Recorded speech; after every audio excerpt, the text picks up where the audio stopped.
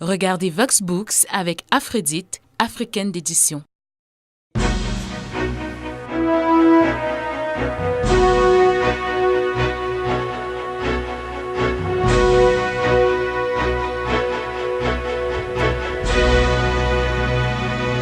Île Maurice, le 17 octobre 1993, l'OHADA, l'Organisation pour l'harmonisation en Afrique du droit des affaires, vient d'être mise sur pied par donc un traité qui sera ratifié 15 ans plus tard, en 2008 au Canada. Par la signature du dit traité, les membres ou les États signataires s'engageaient à élaborer et adopter, je cite, des règles communes simples, modernes et adaptées à la situation de leurs économies, en mettant en œuvre des procédures judiciaires appropriées et en encourageant au recours à l'arbitrage pour le règlement des différends contractuels. Mais pour atteindre ces objectifs, l'OHADA s'est doté d'un certain nombre d'institutions, parmi lesquelles la CCJA, qui est la Cour commune donc de justice et d'arbitrage, qui constitue justement l'objet d'étude de notre invité. Bienvenue à tous et merci d'être avec nous dans Vox Books.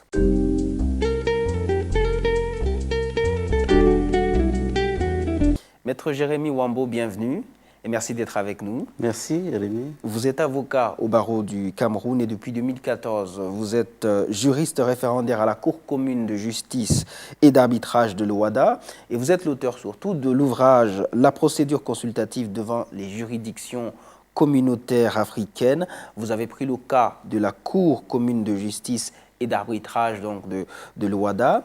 Pour mieux comprendre votre livre, il faut commencer par expliquer d'abord ce que c'est que la CCJA, c'est-à-dire la Cour commune de justice et d'arbitrage, mais également parler de son rôle. Pour faire court, la CCJA est l'une des institutions de l'OHADA, comme je le disais tout à l'heure dans l'introduction. On sait que les juridictions nationales, généralement, sont chargées d'appliquer en instance et en appel la réglementation communautaire dans les matières relevant notamment de la législation harmonisée. Mais en cas de difficultés d'interprétation ou d'application, ou même en cas de pourvoi en cassation dans ces matières-là, eh ben, c'est uniquement à la CCJA qui doit être saisie, soit en tant qu'organe consultatif, soit en tant que juridiction. Mais ça, beaucoup de gens ne le savaient pas. Ben, c'est vrai. Bon, je vous remercie pour l'occasion que vous me donnez de parler de ces choses. Avant d'y aller, je voudrais faire une précision. Oui. Moi, je suis avocat au barreau du Cameroun, mais je ne suis pas ici en tant qu'avocat. D'accord. De deux, je suis juriste référendaire à la Cour commune de justice et d'arbitrage de l'OHADA depuis janvier 2011. Mais je ne suis pas ici en tant que fonctionnaire de l'OHADA. Je suis là en tant qu'auteur. Parce qu'il faudrait que cela soit clair. Évidemment. Moi, je suis avocat au barreau du Cameroun. J'ai été omis du tableau parce que je ne peux pas en même temps exercer, n'est-ce pas, ces fonctions de juriste et exercer le ministère d'avocat. Donc, c'est la précision que je voulais faire. En revenant donc sur la CCJA, ce qu'elle est et son rôle. Oui, la CCJA, comme vous l'entendez, c'est la Cour commune de justice et d'arbitrage de l'OHADA. Oui. Alors, c'est une des institutions qui ont été mises en place par le traité OHADA pour faciliter l'intégration juridique dans les 17 pays actuellement.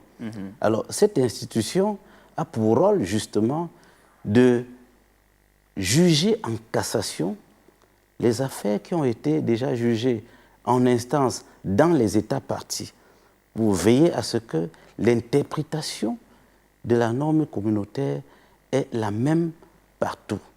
D'un autre côté, la Cour commune de justice et d'habitat est un organe consultatif, en ce sens qu'elle doit être saisie pour donner, n'est-ce pas, l'orientation ou alors l'interprétation de telle ou telle norme particulière. Donc voilà, globalement, ce qu'on peut dire relativement à la fonction de la CCJA. Est-ce qu'on peut prendre un cas? Par exemple, dans les juridictions nationales, il y a deux parties qui ont un différend contractuel.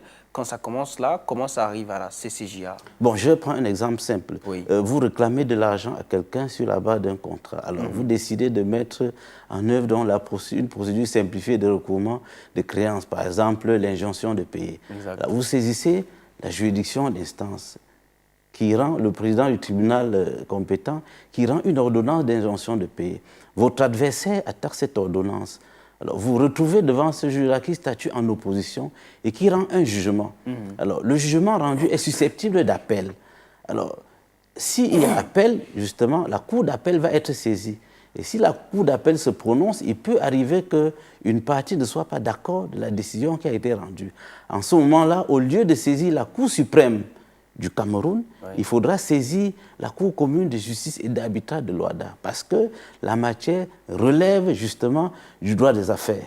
Mais par contre, si nous étions dans un cas de divorce, là, c'est une affaire qui relève de l'état des personnes. Exact. Ça ne pourrait pas concerner la CCJA et en cas d'arrêt rendu en appel, le pouvoir doit être fait devant la Cour suprême du Cameroun. Enfin, et là, c'est quand l'État est membre, signataire. Et tout à fait, naturellement. De l'OHADA. Donc la mission de cette haute juridiction communautaire à laquelle vous vous intéressez le plus dans votre livre est la mission consultative, en ce sens donc que c'est elle qui revient, ou c'est à elle qu'il revient d'interpréter les normes communautaires ou d'y répondre en qualité donc d'expert à travers des avis aux préoccupations, notamment juridiques des instances communautaires ou même des utilisateurs du droit au WADA. Mais dit comme ça, c'est un peu vaste. Qu'est-ce qu'on met? Qu'est-ce que ça recouvre, le terme avis? Oui, l'avis, comme vous entendez, c'est un avis, c'est une opinion. Oui. C'est une opinion. Alors, dans ce bouquin, j'ai fait une étude comparative. Parce que, étant donné que nous sommes dans un espace communautaire, la préoccupation essentielle, c'est d'avoir la même interprétation de la norme dans tous les pays membres. Et c'est à ça donc que doit répondre l'avis. L'avis doit pouvoir éclairer justement l'État qui sollicite la Cour sur telle ou telle question donnée. Alors, il peut se trouver que devant une juridiction, une question se pose. Il n'y a pas, n'est-ce pas, l'interprétation que les uns et les autres donnent ne permet pas effectivement de dégager une solution qui soit conforme à l'interprétation que la haute juridiction peut donner. En ce moment-là, cette juridiction a la possibilité de saisir la Cour commune de justice et d'arbitrage pour dire, écoutez, moi j'ai un dossier qui relève, qui pose telle question. Alors, quelle est l'attitude à adopter? Exact. En ce moment-là, effectivement, la Cour va se prononcer. Et la Cour ne se prononce pas de but en blanc. La Cour écoute d'abord les différentes parties, parce que vous avez vu dans l'ouvrage, la procédure est contradictoire. Ce n'est pas parce que, n'est-ce pas, c'est un avis qu'il ne faut pas écouter les uns et les autres. Il faut écouter qu'est-ce que les autres entendent, n'est-ce pas, par la disposition querellée. Et je vais vous dire une chose même, le débat est tellement contradictoire qu'il dépasse le cadre des partis. Ce n'est pas seulement les partis qui doivent donner leur avis, enfin, leur point de vue, mais également les autres États membres. Les autres États membres reçoivent effectivement la question, et puis, parce qu'il faut éviter au maximum, n'est-ce pas, des erreurs. Il faut que l'interprétation qui doit être donnée reflète, n'est-ce pas, comment dire, reflète la réalité, qu'il y ait une présomption quand même de vérité qui sort de l'interprétation qui doit être donnée. En fait, pour les États membres même de l'OHADA, on sent une envie d'uniformiser en quelque sorte.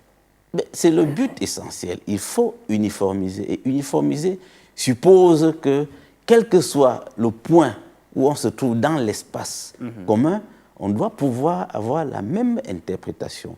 On doit pouvoir avoir la même, n'est-ce pas, solution, n'est-ce pas, aux questions. Lorsque les données sont les mêmes, on doit pouvoir prévoir, n'est-ce pas, que telle disposition signifie telle chose. C'est ça le but même de l'harmonisation. Vous vous intéressez beaucoup à la CCJA. D'ailleurs, vos deux autres ouvrages publiés avant celui-ci, c'est-à-dire le livre du jour, porte également sur cette même question, sauf qu'il s'intéresse beaucoup plus sur la question de la saisine. Par exemple, si je prends cet ouvrage, la saisine de la Cour commune de justice et d'arbitrage de l'OHADA en matière contentieuse, c'est un guide pratique à la lumière de la jurisprudence et du règlement de procédure du 18 avril 1996, tel que modifié et complété le 30 janvier 2014, mais ça c'est la deuxième édition. Et avant ce livre, il y avait la première édition, toujours parlant de la saisine de la Cour commune de justice et d'arbitrage de l'OHADA en matière contentieuse. Et là, c'est la première édition avec un guide pratique à la lumière de la jurisprudence. Je veux dire que le troisième livre, lui aussi, parle de la CCJA, sauf que lui, il s'intéresse beaucoup plus à la procédure consultative, une sorte d'étude comparée, comme vous le disiez tout à l'heure, de juridiction communautaire africaine. Pourquoi cette question vous intéresse tant? Pourquoi la CCJA vous intéresse? Écoutez, la réponse est simple. Moi, je suis à la CCJA, je travaille à la CCJA et je suis chargé justement d'apporter des réponses à un certain nombre de questions. Alors, moi, je vous ai dit tantôt que je suis à la CCJA depuis janvier 2011. Alors, lorsque j'ai commencé à travailler sur un certain nombre de dossiers, alors j'avais constaté que les confrères avaient, n'est-ce pas, quelques appréhensions relativement à la saisine même de la Cour. Parce que vous savez, la procédure devant la juridiction de cassation communautaire n'est pas identique, n'est-ce pas, n'est pas identique à celle devant la juridiction de cassation nationale. Ce n'est pas la même chose. De deux, la Cour avait une activité jurisprudentielle déjà, donc avait assis un certain nombre de bases qui forcément n'étaient pas portées à la connaissance des confrères, qui pouvaient se trouver, n'est-ce pas, face à des difficultés lorsqu'il fallait saisir la Cour. Alors, il pouvait arriver que, n'est-ce pas, dans une procédure où vous avez le bon bout du droit, votre façon de saisir la Cour vous crée des problèmes et vous amène peut-être à perdre, n'est-ce pas, votre dossier. Alors, moi, j'ai pensé qu'il fallait recenser ces éléments-là, les mettre dans un ouvrage à la disposition des confrères, à la disposition des praticiens, pour les amener, justement, les aider à saisir le plus efficacement possible la Cour. Alors, moi, j'ai fait ce travail-là, et ça a été beaucoup apprécié d'ailleurs, ça a été beaucoup apprécié. Jusqu'à présent, les gens continuent à demander l'ouvrage, parce que dans tous les cas, il est actuel. Alors, après ce travail-là, je me suis rendu compte également, en regardant la procédure consultative, que c'était une matière intéressante, mais qui n'avait pas été vulgarisée aussi. Exact. Vous savez, ce n'était pas vulgarisé. Alors, j'ai entrepris d'en parler. Alors, quand j'ai commencé à y réfléchir, je me suis rendu compte que l'activité même de la Cour n'était pas importante dans cette matière, due à un certain nombre de choses. Parfois, les gens ne le savent pas. Hein. Et puis, la Cour ne va se prononcer qu'autant qu'elle est saisie.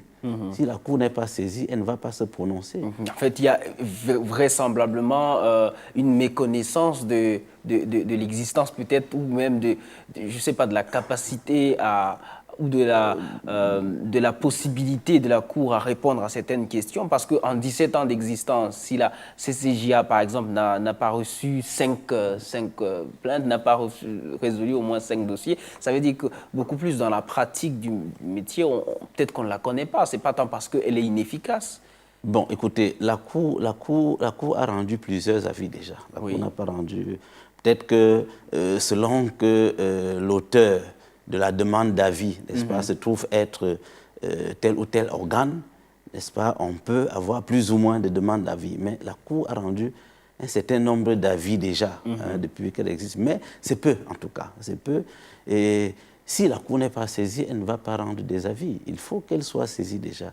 Et pour qu'elle soit saisie, il faut que les uns et les autres sachent qu'elle peut être saisie. Sachent qu'ils ont la possibilité, justement, de saisir la Cour. Alors, lorsque la Cour est saisie, elle met en place justement une procédure, n'est-ce pas, pour aboutir à la réponse à la question qui lui a été posée.